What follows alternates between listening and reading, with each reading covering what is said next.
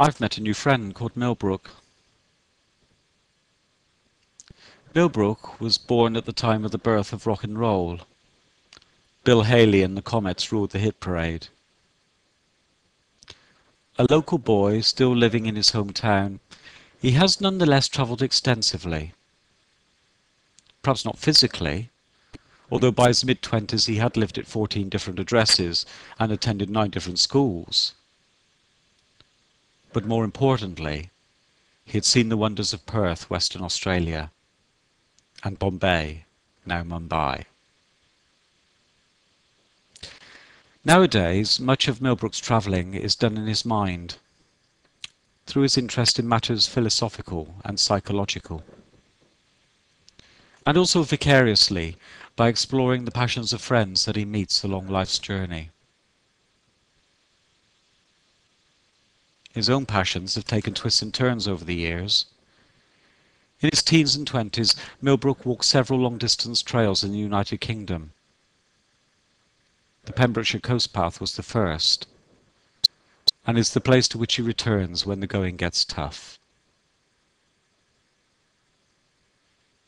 In his 20s and 30s, he co-founded with 12 others the local gay helpline, and had the support of a partner for 13 years. Someone, with hindsight, he wishes he'd appreciated more. For a while, he was also a therapeutic counsellor in transactional analysis, till he found he was losing himself in the problems of others. Millbrook's 30s and 40s saw him achieve a Bachelor of Arts degree in Religious Studies with Cultural Studies. His studies radically changed his thinking about life, the universe, and everything. At the same time, he discovered Quakerism, and although no longer a member of the Religious Society of Friends, they introduced him to principles that he still struggles to follow to this day. He continued to make mistakes, and gave away 2 dear feline friends because of a fool's errand. He still wonders what fate befell them. The latter half of Millbrook's 40s saw a slow and gradual dissatisfaction settling in. His paid employment as a worker in a supported housing project insisted that he give himself selflessly and relentlessly to the service of others' demands. Soon he was accumulating a circle of social contacts who demanded the same from him outside working hours. It seemed to Millbrook that the only way he could be loved was by immersing himself in the concerns of other people at the expense of cultivating his own passions. He had no space for personal growth. It felt like a return to his days as a therapeutic counsellor.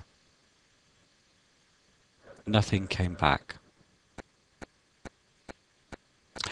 During this darkening period, there were 2 people who supported Millbrook in very different ways.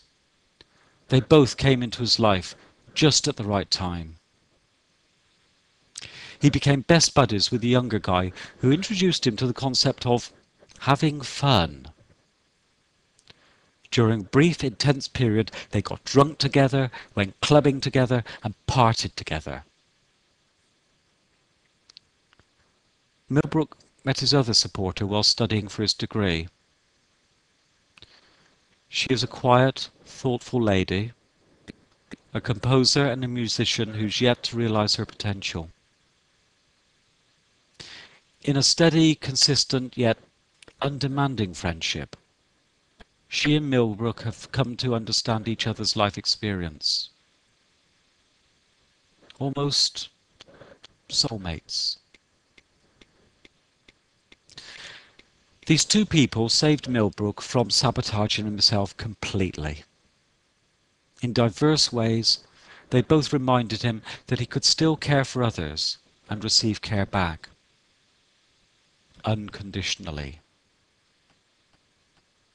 in very different ways. Millbrook will always love them both. Now in his 50s, Millbrook is embarking on a new venture, which has revitalized him and is sending him on new travels, this time into cyberspace.